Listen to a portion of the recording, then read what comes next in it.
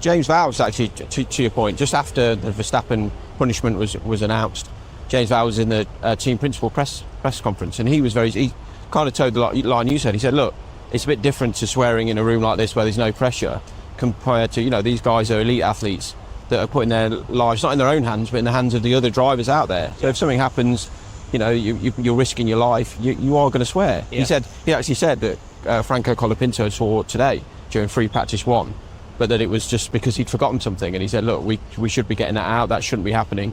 But in the heat of the moment, you can't stop these racers that are on the very edge. It's emotion, isn't it? Yeah, it is. It's emotion. I think that's what we connect with as fans. We want to see the emotion.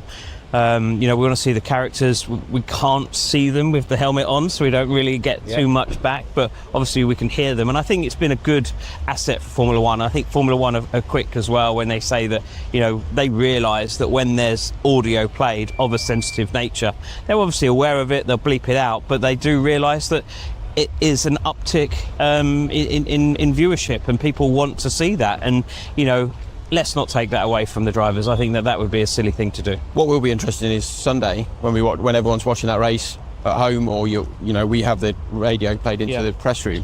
Will there be any bleeps out swearing? It'll be an interesting one, because driving around here, those drivers will be swearing and sweating and swearing. Yeah. So it'll be interesting to see if the FIA follow what's been what the president's now said, or whether they go, actually, like you said, we want to add to the spectacle of the sport and show how hard this sport is. Yeah. Let's move on a little bit, shall we? Or we got more? I was going to do a nice little segue into this, and that was the fact that when we were watching FP2 earlier on, the majority of radio that we heard was Max Verstappen being frustrated at his lack of pace in the Red Bull. That was the majority of the audio that we listened to. We didn't really hear any other drivers. We didn't hear Colapinto. We didn't hear many of the others. I don't think we even heard George after he went into that little... There was a little bit of a discussion, but certainly not the initial frustration at going into the barriers, which he did in FP2 and lost the front wing.